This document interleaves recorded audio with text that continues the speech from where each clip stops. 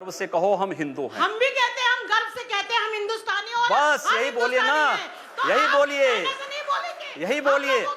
हम लोग यही इसी बात को कहते हैं कि गर्व से कहिए हम हिंदुस्तानी हैं। आपके कहने से नहीं बोलेंगे, हम लोगों की आत्मा कहती है, इसीलिए कह रहे हैं। के दबाव से नहीं कहते। तो यही तो स्वामी विवेकानंद ने कहा कि गर्व से कहो हम हिंदू हैं।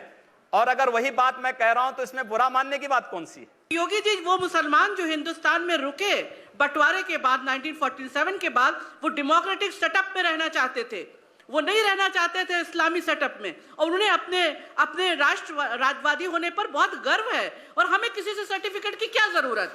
हम तो रुके अपने इस डेमोक्रेटिक सेटअप में, और हम चाहते हैं कि हिंदुस्तान आगे बढ़े, हमारा भारत आगे बढ़े। तो उसमें बांट के तो आप भारत को पीछे ले जाना चाहते हैं। आप बहन जी बहुत अच्छी बात कह रहे हैं, और मुस्लिम है। अपने मौलाना और मौलियों को समझा पाते कि 3 तलाक के मुद्दे पर भी इस प्रकार का फतवा जारी करते बहुत अच्छा होता। मैं क्षमा चाहूंगी, मुस्लिम औरतों के तलाक का मुद्दा आपका मुद्दा नहीं है, ये हम लोगों का मुद्दा है, देश का मुद्दा है। आप पूरे देश की महिलाओं, देश का मुद्दा है। आप पूरे देश की महिलाओं के आरक्षण की बात करिए, उनको राज्यसभा में, विधानसभा में अरे वो मिल ही जाएगा, विवेकानंद जी वो ने तो कहा मिल ही था, जाएगा। मुझे दुख होता है कि लोग धर्म को व्यापार बना रखा है। जिस तरह व्यापारी अपने लाभ और हानि के लिए लड़ता है, इसी तरह धर्माचार अपने प्रचार के लिए लाभ और हानि में लड़ते हैं। ये जो है ये व्यापार नहीं है। मुल्ला और मौलियों को समझाए कि 3 तलाक के मुद्दे पर फतवा जारी करें और एक बड़ी मुस्लिम आबादी को न्याय दें। आप इस तरह के इश्यूज ना उठाइए मेहरबानी से।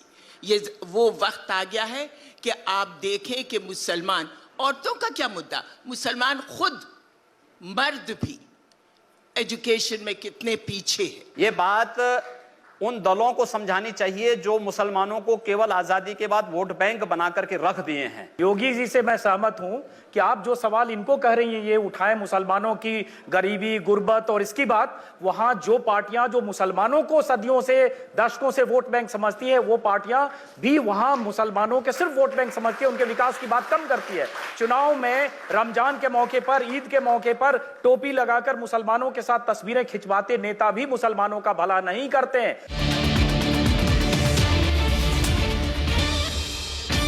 कोई बुरा नहीं किया।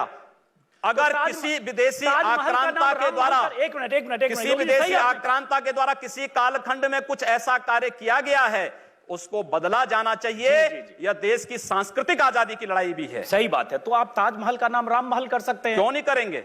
कर देंगे, बिल्कुल किया जाना चाहिए। आवश्यकता है तो किया जाना चाहिए। चलेगा तो जो मुमताज महल के लिए शाहजहां ने ताजमहल बनाया, उसको जांच का विषय है, चर्चा करिए ना इस पर कभी खुले मंच पर। अच्छा, तो इसका मतलब जो भी पुरानी विरासत है, अगर कहीं लाल कोई विरासत नहीं, कुतुब मीनार जो देश के हित में होगा, हमें वह कदम सख्ती के साथ उठाना चाहिए, बिना सोच, बिना लौंग लपेट के, बिना संकोच के। तो जो देश के हित में, देश की सुरक्षा के हित में है, आने वाली पीढ़ी के भविष्य के हित में, हमें वो कदम उठाने में कोई संकोच नहीं करना चाहिए। तो योगी जी, आप ये मानते हैं, आप थोड़ा गुस्से में हैं, तो मैं कोई गुस्सा नहीं हूं।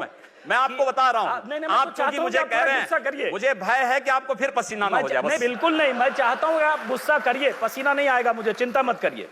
मैं ये कह रहा हूं कि इसका मतलब हुआ कि आप देश के हित में मतलब मानते हैं, जो 20-22% मुस्लिम आबादी है वो देश हित के खिलाफ है, उनको हाशिए पर रखकर आप अपना देश, अपनी दुनिया। आप कभी गोरखपुर आएंगे ना, वहां मुसलमान जब पीड़ित होता है तो वह कहीं और नहीं जाता, वो मेरे पास ही आता है, कहता साहब देखो फलाना गुंडा उसके पास कोई विकल्प परेशान कर रहा है। और उत्तर प्रदेश सरकार से भी जो पीड़ित होता है तो भी मेरे पास ही आता है, कहीं और नहीं जाता है। अकेले सांसद हूं जो 2, 3, 4 घंटे पब्लिक के लिए खुले उसमें बैठता हूं, कोई सुरक्षा नहीं, कोई तामझाम नहीं, कोई भी आए अपनी बात कहें, और फिर अगर बातचीत से मानेंगे ठीक, नहीं तो आंदोलन का रास्ता वहां तय होता है। हर एक व्यक्ति की सुरक्षा और हर एक व्यक्ति का विकास आपको देखना गोरखपुर में जाकर के देखिए। एक बार इसको ये बोलेंगे, हर एक व्यक्ति मतलब हिंदू हो या मुसलमान, क्या बात कर रहे हैं? जो भारत का नागरिक है, जो भारत का नागरिक है वो हमारा नागरिक है, उसमें जाति मत और पंथ कहां की बात आती है?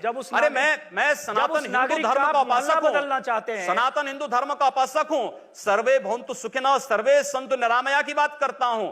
मैं किसी मत और मजहब का विरोधी नहीं, लेकिन जो भारत का विरोधी है मैं उसका विरोधी हूं सर, वो कोई भी हो, मैं उसका विरोधी हूं। योगी जी, ठीक है, तालियां बजाइए आप लोग। योगी जी, उर्दू बाजार को हिंदी बाजार बताना या बदलवा देना। उर्दू कहाँ हमारी विरोध? पहचान उर्दू तो एक- हिंदी उर्दू से है एक या भाषा। उर्दू से, मैं आपसे पूछना चाहता हूं। नहीं, आप मेरी- फिर मुझसे उर्दू में ही पूछें। मेरी भाषा हिंदी है, मैं उर्दू नहीं जानता हूं। तो फिर वहां के लोग मैं भी देश हिंदी का जानते नागरिक हैं, हूं, मैं तो जानना हम चाहता हिंदी के हूं, नाम पर क्यों ना नाम रखें? सर सवाल तो मैं पूछ रहा हूं, जवाब आप देंगे। जिस वही दिन मैं बोल- आपकी तरह यहां आ जाऊंगा चुनाव लड़ने तो आप मुझसे पूछ लीजिएगा। आज मेरा दिन है, तो मैं ये पूछ रहा हूं कि योगी आदित्यनाथ जब पश्चिमी उत्तर प्रदेश में जिस ढंग से चुनाव प्रचार में जा रहे हैं, या पूर्वी उत्तर प्रदेश में जिस ढंग से आप चुनाव प्रचार करते हैं, और जाहिर है वहां आपकी फैन फॉलोइंग भी काफी है, क्या आपके दायरे में, आपकी राजनीति में मुसलमानों के लिए कोई जगह नहीं है? क्यों नहीं है?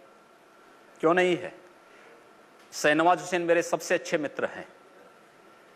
अब वो डॉक्टर बीजेपी में है तो दुश्मन तो हो डॉक्टर नहीं एपीजे सकते। अब्दुल कलाम को जब माननीय अटल बिहारी वाजपेयी जी ने राष्ट्रपति के लिए खड़ा किया था, सबसे पहला सांसद था जिन्होंने समर्थन किया था।